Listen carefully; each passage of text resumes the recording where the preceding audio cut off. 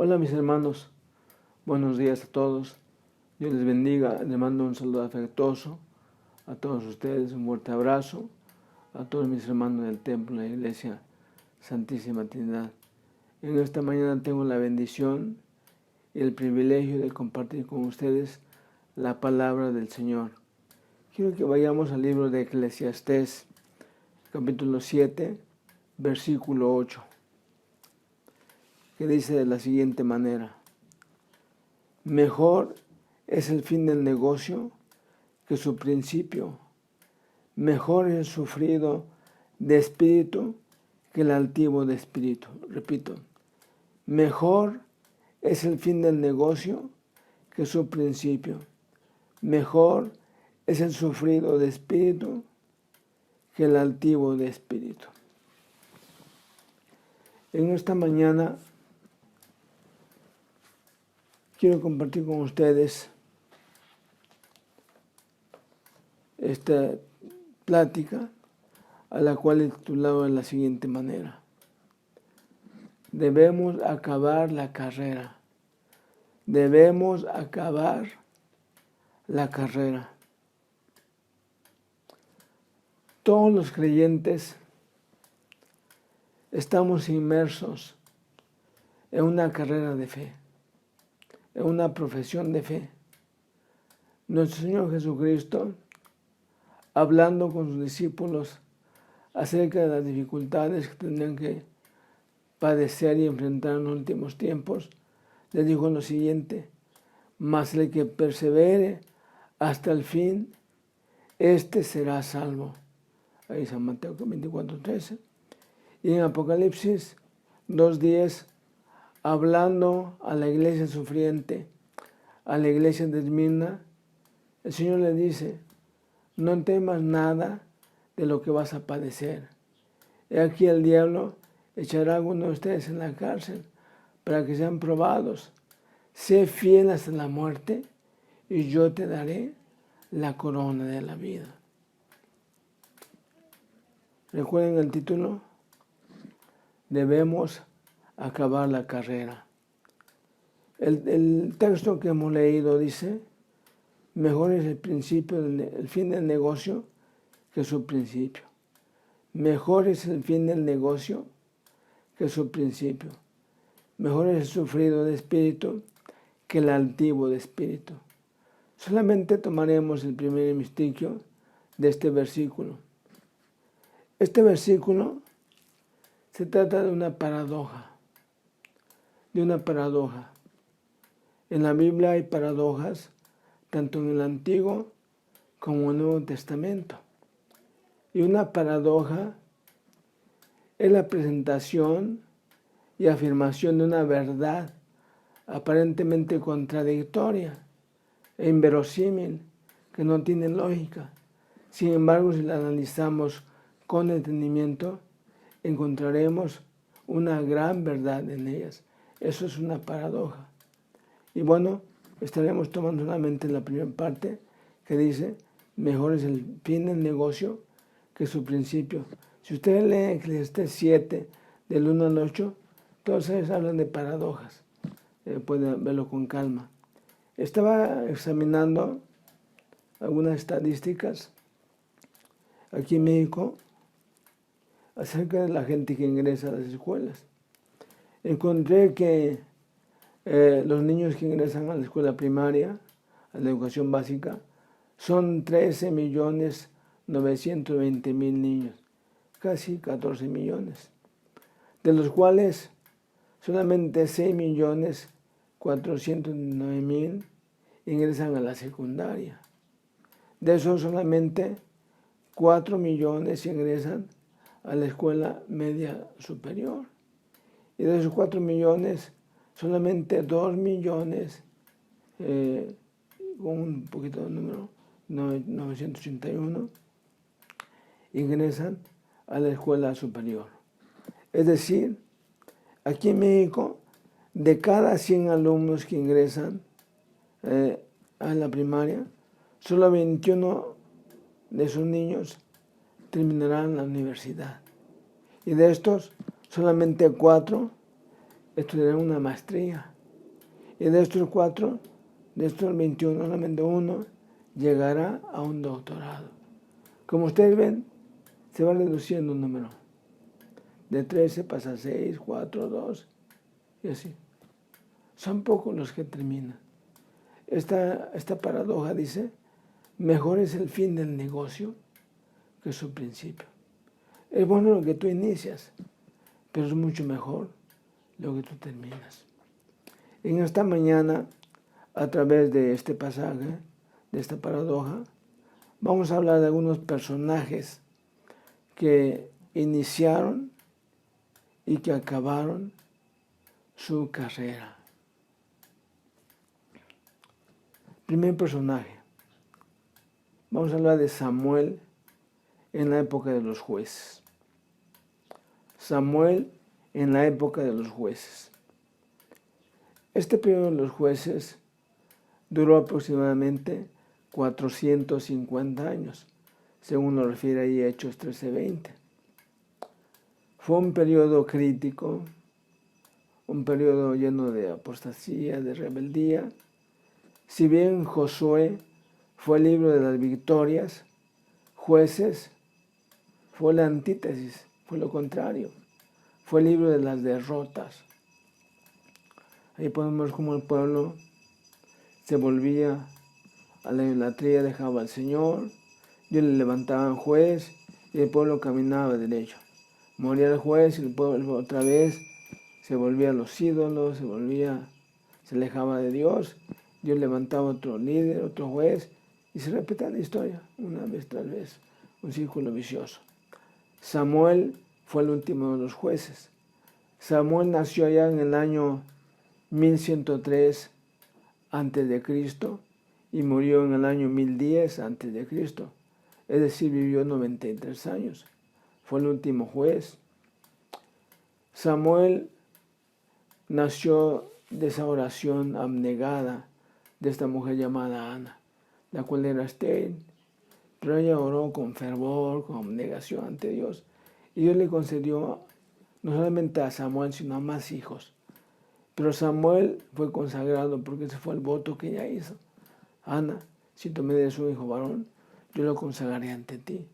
Así que Samuel desde muy pequeño, tal vez a los 5 años, fue llevado al tabernáculo que estaba en Silo, en Ramá, en Efraín, donde estaba el sacerdote Elí, y fue allí consagrado por su madre para que empiece a servir al Señor, cosa que hizo. Pero en aquel tiempo, dice la palabra del Señor, que escaseaba la palabra de Dios, no había visiones, no había profecía, escaseaba. Así que Samuel aún no tenía esa experiencia, pero allí tuvo su experiencia con Dios. Muy jovencito, Dios hizo un llamado a Samuel y él responde a este llamado, y desde muy joven empieza a servir al Señor con mucho entusiasmo, con mucho fervor, con mucho interés. Tanto así que en el tiempo de Samuel, el pueblo de Dios, el pueblo de Israel, tuvo un despertamiento hermoso, un despertamiento espiritual. Buscó a Dios en el tiempo de Samuel. Samuel cumplió un ministerio triple. Él fue sacerdote, fue juez y fue profeta.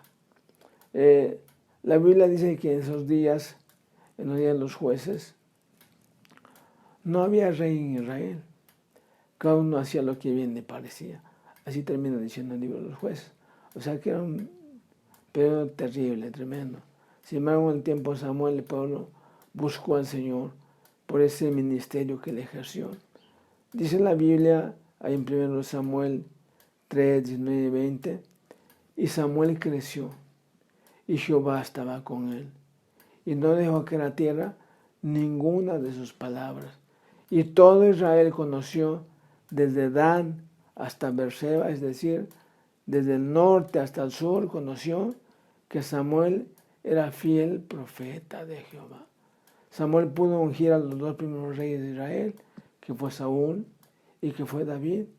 Este hombre terminó su carrera a los 93 años, sirviendo al Señor por un espacio de casi 90 años, sirviendo al Señor. Inició bien su carrera, terminó excelentemente su carrera. Veamos el siguiente personaje. El apóstol San Pablo en la época del nacimiento de la iglesia. El apóstol San Pablo en la época del nacimiento de la iglesia. La iglesia nace en el día de Pentecostés, allá por el año 30 después de Cristo aproximadamente. Y bueno, conocemos la historia como Saulo, en ese tiempo se llamaba Saulo, era un perseguidor de la iglesia. Detestaba a los cristianos. Aún no se llamaban cristianos, se llamaban los del camino o los que seguían a Jesús, pero aún no eran cristianos, no se le daba ese nombre. Pero Saulo era un perseguidor acérrimo de estos seguidores de Jesús. Y él todo en su encuentro ya lo conoce, camino a Damasco, y él lo resume ahí en Gálatas 1:15, cuando dice: pero cuando le agradó a Dios, que me apartó desde el vientre de mi madre y me llamó por su gracia, revelar a su Hijo en mí para que yo le predicase entre los gentiles, cosa que él hizo con entusiasmo, con denuedo, con perseverancia. Él realizó 3 viajes misioneros, cubriendo una extensión de más de 8,000 kilómetros en sus 3 viajes misioneros. Llevó el Evangelio a todo lo que es el Asia Menor, Europa, y aún pretendía ir a España, algo mucho más lejano todavía. Pero fue un hombre incansable. Gran parte de los escritos del Nuevo Testamento son de San Pablo. 13 cartas son de él, 14 si le damos la de Hebreos, que también algunos creen que fue de San Pablo. Hay divergencias. Bueno, si le damos también a Hebreos, escribió 14 cartas. Así que gran parte de sus cartas son producto de esa labor de San Pablo. Él habló ampliamente de la fe en el Señor. Él habló de la regeneración de una manera amplia, de la santificación, de la justificación, de la adopción, de la glorificación, o sea, de los fundamentos de la fe cristiana. Él las desarrolló ampliamente. Así que fue un hombre incansable, que trabajó bastante. Nadie se atrevió a decir lo que San Pablo dijo: imitadme a mí como yo a Cristo. Ninguno de los apóstoles hizo eso, ni San Pedro, ni San Juan, nadie de ellos. Pero San Pablo, él se atrevió a decir eso: imítenme a mí, así como yo a Cristo.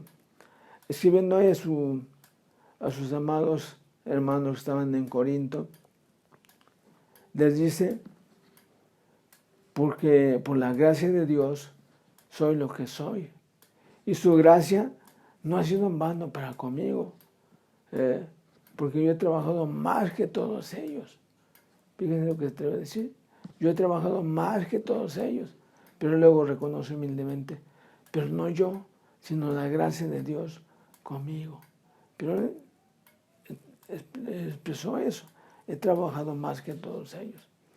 Él animó a los cristianos a los cuales había llevado el Evangelio. Cuando se iba a la iglesia de Corinto, les dice, habla de las competencias que ya se practicaban en aquel tiempo. Los Juegos Olímpicos ya se practicaban en aquel tiempo de San Pablo. Los Juegos Olímpicos se iniciaron en el año 776 a.C., en Atenas, la capital de Grecia. Así que cuando San Pablo llevó el Evangelio a Europa, ya se practicaban esas competencias deportivas. Así que probablemente San Pablo pudo visitar alguna vez aquellas competencias ahí en el estadio, de tal manera que en sus cartas referencia a esto. Les dice a sus hermanos en Corinto: ¿no sabéis que los que corren en el estadio, todos a la verdad corren, pero uno solo lleva el premio? Corred de tal manera que lo obtengáis. Ellos solamente corren para recibir una corona incorruptible, una corona que se echa a perder. Pero nosotros, dice él, una corona incorruptible, una que no se destruye, que no se deteriora. En otra parte, también animando a sus hermanos que están en Filipos, les dice, hermanos, yo mismo no pretendo haberlo ya alcanzado. Yo mismo no pretendo ya haberlo alcanzado. Pero una cosa hago, olvidando ciertamente lo que queda atrás y extendiéndome a lo que está delante. Prosigo a la meta, al premio del supremo llamamiento de Dios en Cristo Jesús. Así que animaba a sus hermanos cristianos para que persistieran en esa meta, perseveraban en esa meta.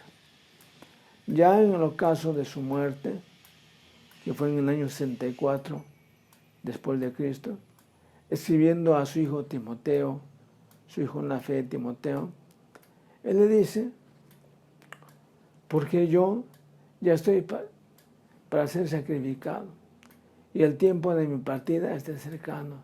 Y es cuando que expresa aquellas palabras que han quedado como una inspiración para todos nosotros el día de hoy. He peleado la buena batalla. He acabado la carrera. He acabado lo que Dios me dio. La he acabado. He guardado la fe. Por lo demás, me está guardada la corona de justicia, la cual me dará el Señor juez justo en aquel día.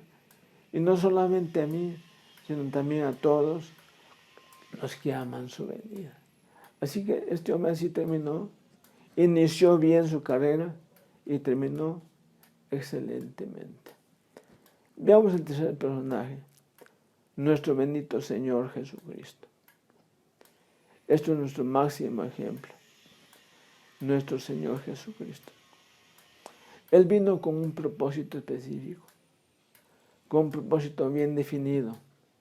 En San Lucas 19:10 lo resume el mismo Señor ahí, porque el Hijo del Hombre vino a buscar y a salvar lo que se había perdido. Todo el mensaje central en la Biblia, desde Génesis hasta Apocalipsis, es único. Es la redención del hombre a través de la muerte cruenta de Jesús. Es el mensaje central de toda la Biblia. Él vino a eso.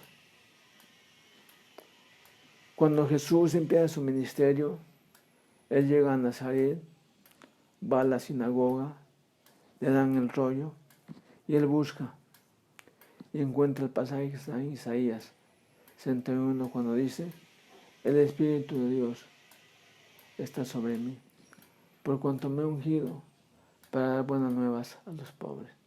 Me ha enviado a sanar a los quebrantados de corazón, a proclamar libertad a los cautivos y vista a los ciegos, a poner en libertad a los oprimidos, a predicar el año agradable del Señor. Ese es un ministerio amplio del Señor. Sin embargo, en San Juan 3, 15 y 16 también lo resume de la siguiente manera. Así como Moisés levantó la serpiente en el desierto, así es necesario que el Hijo del Hombre también sea levantado. Hablaba de su muerte, para que todo aquel que en Él cree no se pierda, mas tenga vida eterna. Así que el Señor cumplió triunfalmente, cumplió excelentemente ese ministerio que que el Padre le había dado. Allí en el Salmo 48, el Hijo habla diciendo, el hacer tu voluntad, oh Dios mío, me ha agradado y tu ley está en medio de mi corazón. En su última semana, hablando con sus discípulos en esta tierra, en su oración él dice, Padre, yo te he glorificado en la tierra. He terminado y he acabado toda la obra que me diste que hiciese. Así que Jesús terminó triunfalmente, excelentemente, el propósito para el cual había venido, que era salvar al hombre de las consecuencias del pecado.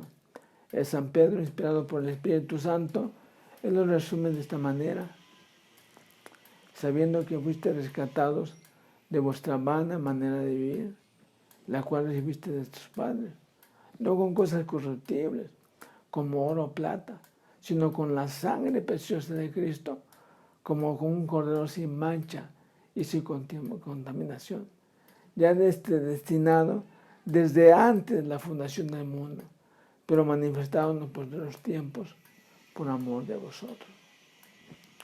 Fue muy hermoso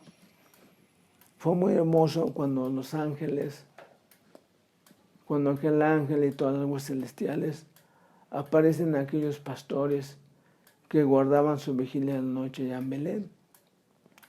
Fue muy hermoso cuando este ángel aparece y los pastores se llenaron de miedo, pero el ángel les dijo, no temáis, porque os doy nuevas que serán de gran gozo para todo el pueblo, que os ha nacido hoy en la ciudad de David un Salvador, que es Cristo el Señor.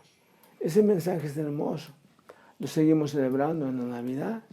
Sin embargo, fue más maravilloso cuando Jesús, estando en la cruz, clavado ahí en la cruz, Él expresó lo que se conoce como la última palabra, consumado es. Todo está terminado, todo está concluido. Él realizó el sacrificio eficaz, más completo, excelente, total, nada le faltaba para redimir al hombre. Eso fue lo más maravilloso. Por eso el texto que tomamos como base dice, mejor es el fin del negocio que su principio. Es mejor lo que inicias, lo que terminas, y no es lo que inicias. Es bueno que tú inicies algo, pero es mejor cuando no terminas. Recuerda que el Señor nos sigue exhortando a ti y a mí ahora. Que nosotros que estamos inmersos en esta carrera de fe, desde el día que tú aceptaste a Jesús, tú iniciaste una carrera de fe. Y Dios, Jesús, nos exhorta y nos anima y nos dice, más el que perseverare hasta el fin, este será salvo. Sé fiel hasta la muerte y yo te daré la corona de la vida.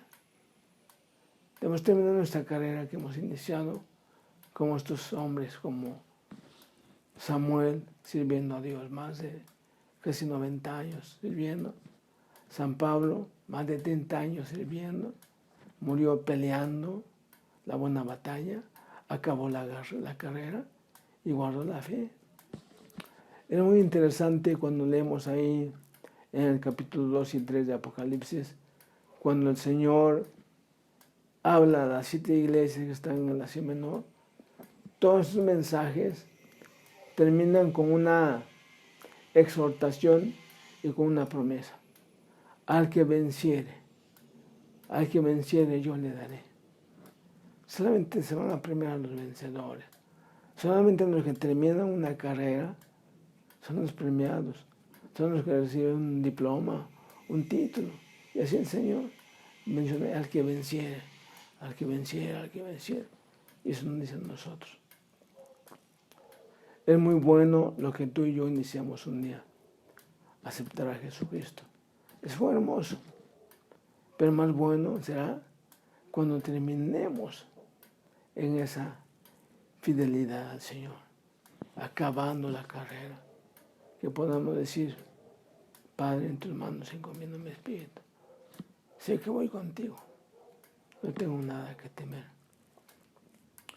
Ahí en Hebreos 12, 1 y adelante dice que, por tanto, nosotros también, teniendo en el nuestro una tan grande nube de testigos, despojémonos de todo peso y del pecado que nos asedia y corramos con paciencia la carrera que tenemos por delante. Estamos en una carrera de fe, una profesión de fe, puestos los ojos en Jesús, el autor y consumador de la fe, el cual por el gozo puesto delante de él sufrió la cruz, menospreciando lo oprobio, y se sentó a la diestra del trono de Dios.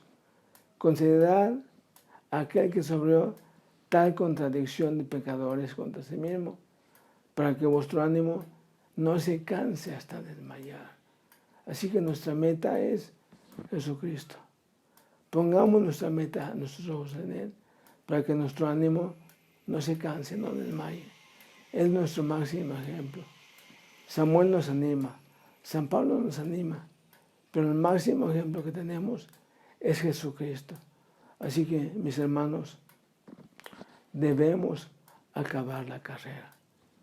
Una carrera hay dificultades, hay obstáculos de diferente tipo. Si hablamos de una carrera deportiva, hay carrera de obstáculos. Si hablamos de una carrera profesional, académica, hay dificultades, hay obstáculos. Mucha gente inicia, pero por esa razón no termina. Razones económicas, físicas, problemas familiares, etcétera, enfermedades, no acaban. Son pocos los que terminan.